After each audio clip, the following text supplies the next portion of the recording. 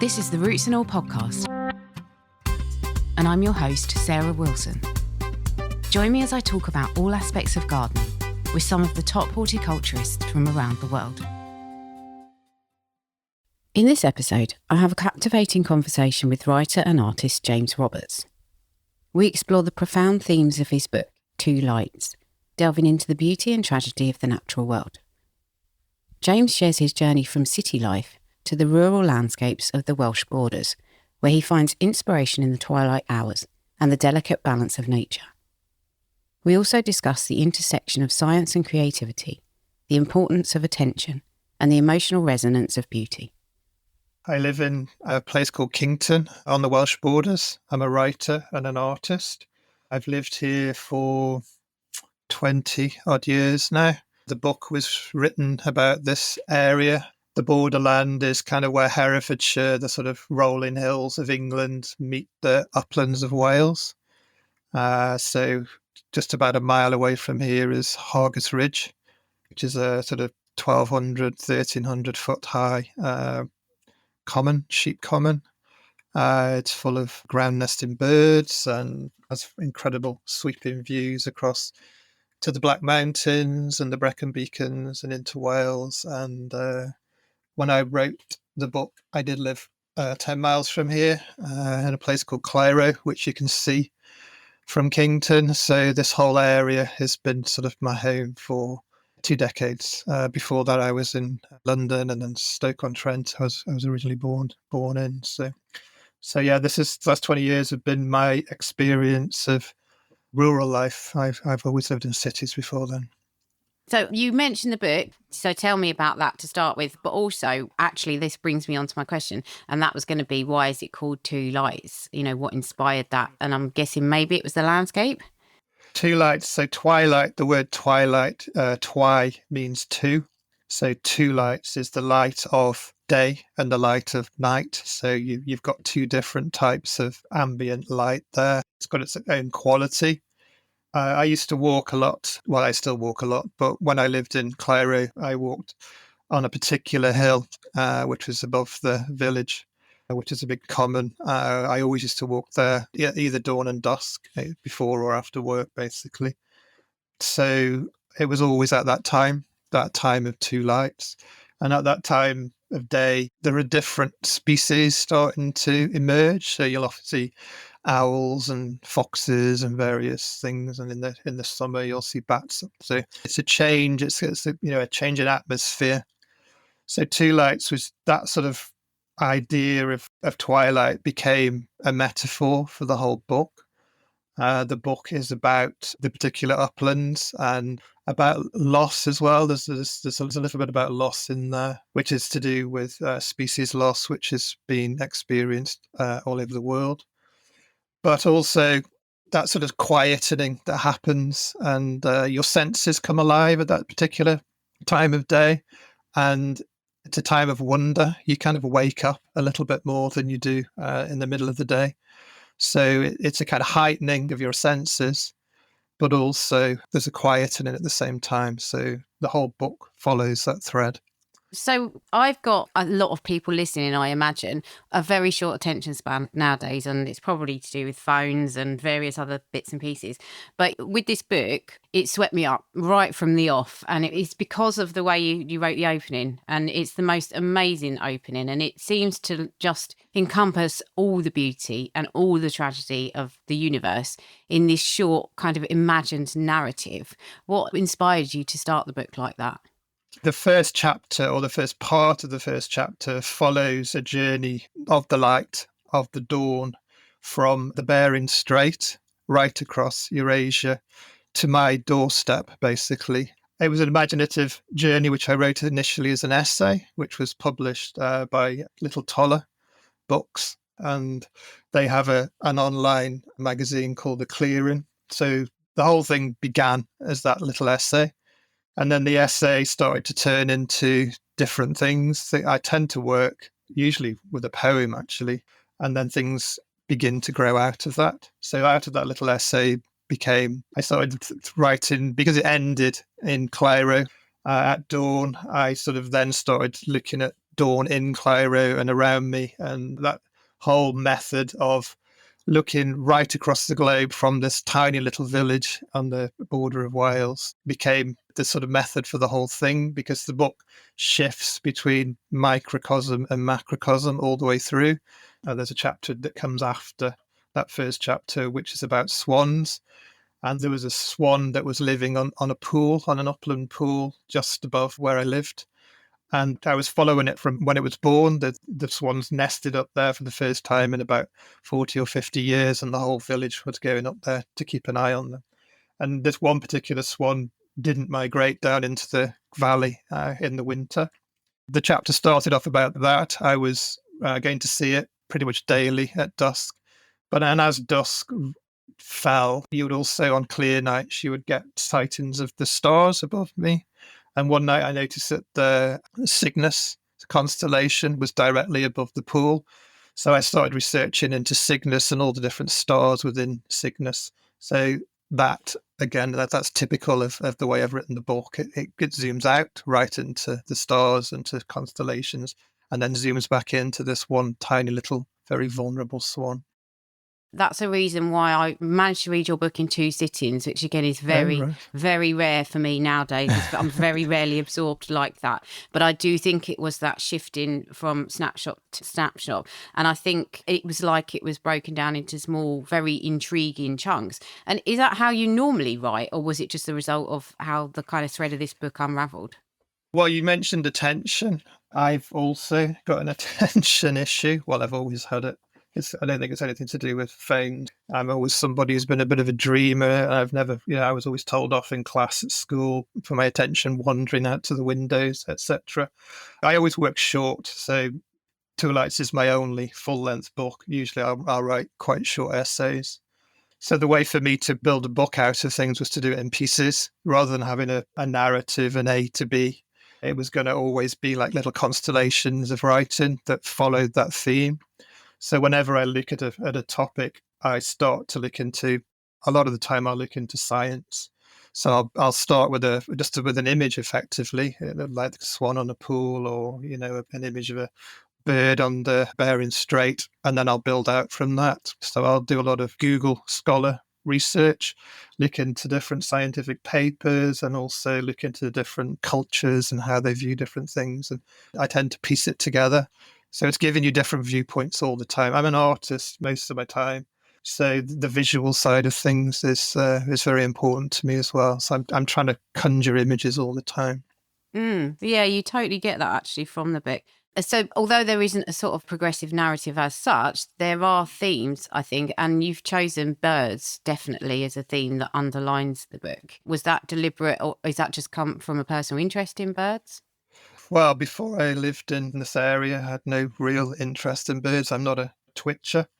I don't go out looking for different species, but it's an artist's love of birds. I mean, I paint birds all the time, and it's the transitions that I love, the way they fly. You can't really see them that well. They're always distant. They're always flying away from you as you approach them. So I find that really intriguing. It's a similar thing to this theme of dawn and dusk. It's it's a half awareness. So the bird that particularly features in the book is the curlew. The curlew in Wales is bordering on extinction. I didn't know that when I first moved to the area. And one of the first times I walked on the particular hill called the Beggins, just above Cairo, it was a very foggy day. I couldn't see anything at all in front of me. And then suddenly the mist cleared and a flock of lapwings was right in front of me. I'd never seen lapwings before.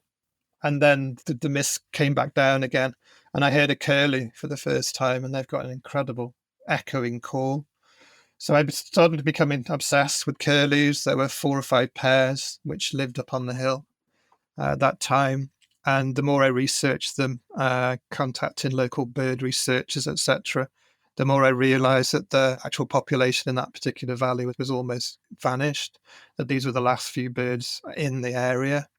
So when I left Cairo, they were down to about 3 pairs. So it became a bit of an obsession. And there's lots of mythology connected to curlews. So I researched that, and they're particularly shy birds. There's lots of sort of early Christian myths about it in Wales. So I was following those, but also looking at how their population is doing globally. And globally, it's not so bad. They migrate all the way through Eurasia, right to that first point that I mentioned in the book, in the Bering Strait. So, yeah, they became the bird that I returned to throughout the book, really. And thinking about that concept of migration, and there's that kind of traveling from time zone to time zone, from one climate to another.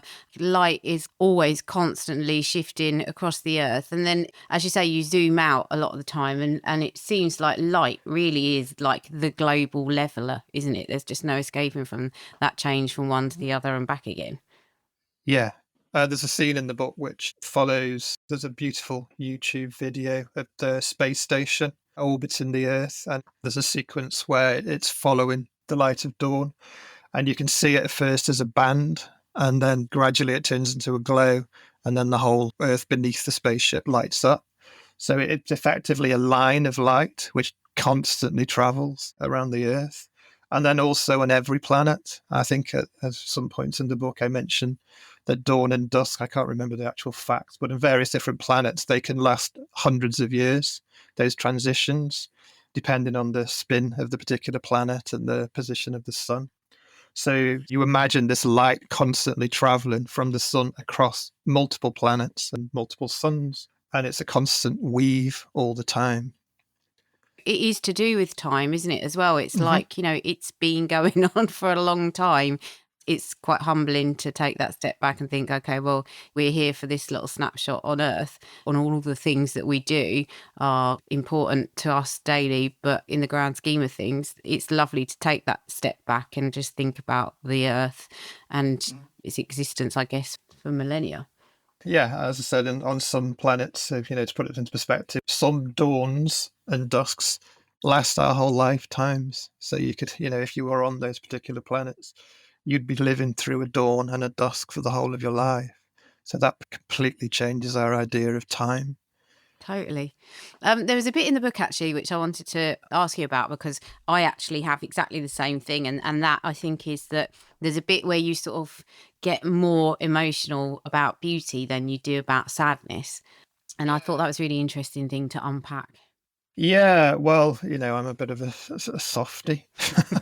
So I tend to, well, sadness, there is some sadness in the book. My dad died while I was writing it, etc. My wife got very ill. So there was a lot of sadness going on, but I've always been quite emotional with all. Sometimes I literally, a few weeks ago, the solstice, I got up at 4 o'clock in the morning, walked up onto Hargus Ridge and watched the sun come up on a particularly beautiful, clear day. And as it's coming up, it's a source of total wonder, but it also, it always makes me choke up. So, yeah, I get a little bit tearful at these times. And also if I see particular birds or butterflies or, various things, they're sort of, I guess I look at things so intensely because of my work that it kind of cuts through more easily for someone like me.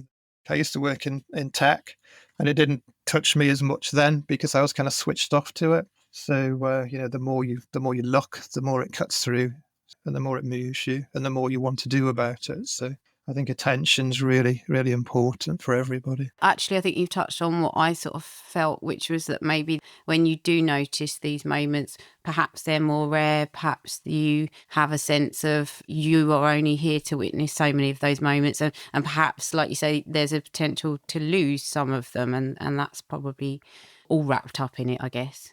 Yeah, that's it. There's a sadness, but there's a joy, and the two things are wrapped up together. And the other thing that you mentioned, which I, again, had never heard of, and I did want to pick up on it because I think people would be fascinated. What are sky rivers? Oh, a sky river is effectively the way water moves above very forested areas. So the leaves emit water vapor. So if you imagine a very forested area and all those trees emitting water into the sky, these water vapors can effectively hold much, much more than the Congo, for instance. And that can travel really across oceans. So some of the water vapor that would be in the boreal forests of Canada or Russia will be traveling over England constantly. That happens all over the globe. All the rainforests are emitting these sky rivers. Amazing. Do we have maps for them? Is that a daft question? Yeah, no, it isn't. And I do think there are. There are. If you look online, I can't remember the name of the website, but there is a website which shows you how far they spread, because it changes per season.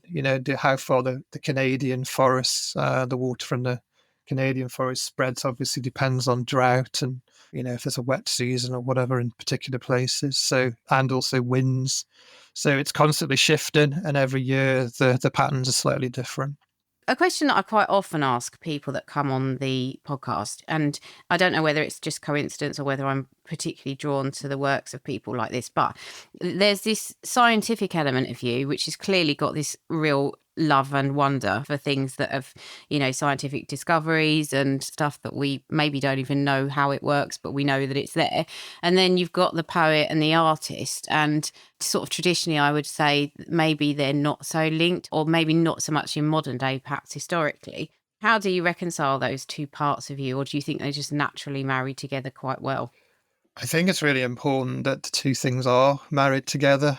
I think that sense of wonder can come from science, but also a disconnection can come through science. If we're scientistic about things rather than scientific, we start to want facts for everything, and we want to see beginnings and endings. And I do think there's just so much more to our experiences and our attention to that. I don't like using the word spiritual, but we are deeply spiritual beings, and we have been for the whole of our history. And I do think that we kind of need to connect those two things together, particularly where we are with what's going on at the moment, the sort of polycrisis with nature and climate. We shouldn't be dismissing any science at all. We should be adhering to it.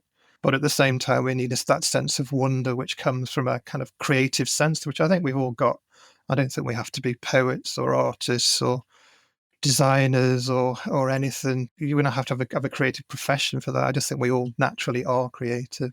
Well, that led me nicely on to another question, which was, your book is very profound and it does make you think about everything, really, your place in the world and the world itself. But are humans at their dusk? Oh, I don't want to predict things like that. No, I don't think so. No, I think it's Gary Snyder is a very well-known poet and writer in America, said he's got a lot of hope for 200 years' time. I think we're going through a crisis. There's no doubt about that.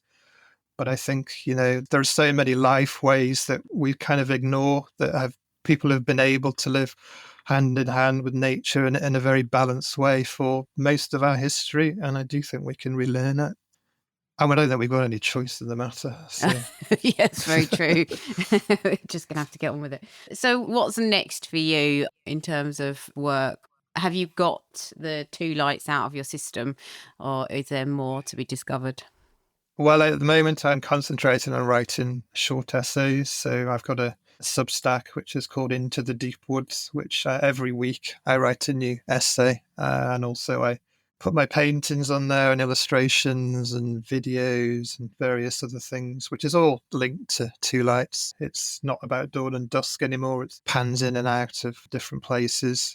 But it's very much the same theme. It's about connecting to nature. It's about attention. It's about creativity. So yeah, it's a weekly thing that I do, and I'm still writing. I'm putting little pieces together that might become a book of essays, and I paint. So I've got lots of exhibitions on at the moment. So I'm very in awe of you for being able to produce a piece of content on a weekly basis. Are there ever any weeks when you don't feel that inspired? Yeah, strangely enough, this week I almost haven't written a piece the first time actually. But I did manage to get something going. I don't plan them. I don't plan what I'm writing. It has to come from something I've seen over the week. And I've just been running around a lot this week, and I haven't really seen as much as I would normally. But then yesterday, coming home from Wiltshire, I was delivering a painting, and there was a huge thunderstorm as I crossed the bridge into Wales. So that became the source of the story. And I'm delighted to say that there will be another one published tomorrow, and storms may be part of it. Yeah, it's funny, isn't it, to put your faith in the ability of something to spark each week, to know that, that's probably going to happen. And it's a fascinating process. I think as R.S. Thomas, it's one of the great poets of Wales, said he never planned or had a notebook. He just sat down, read a few things, and waited to see what the words would do. And I think that's my technique too. You just have to give it some space. If you give it the space, it comes always. I've been listening to a lot of podcasts lately, and there's a common theme occurring, which is basically a kind of expansion, I guess, of the, manifesting what you want. And, there's this kind of idea that if you think about what you want and then you can backwards engineer the steps to achieve it, or make sure that everything you do is in service of this future goal. And actually, that really doesn't sit with me. I much prefer things to unfold. And it's nice to know that you are doing that successfully. Well, that's my observation from what I see around me. Nature's not planning anything. It just unfolds constantly. So I just try and tune in to what it does and have some faith in that process. So yeah, I think that's the only way it can work. I've never planned anything in my life. Thank you to James for talking about his work and his creative process. And thanks to you for listening. If you like this episode, you might also enjoy episode 320, Channeling Wild Gods with Tom Hirons, and episode 82, Irreplaceable with Julian Hoffman. You can download or listen to the podcast direct from the website rootsandall.co.uk. Please also check out my Patreon, where you can make a one-off donation or take out a monthly subscription to help support the podcast. Because if you enjoy the show, please help it continue. I also have a GoFundMe where you can make a one-off donation.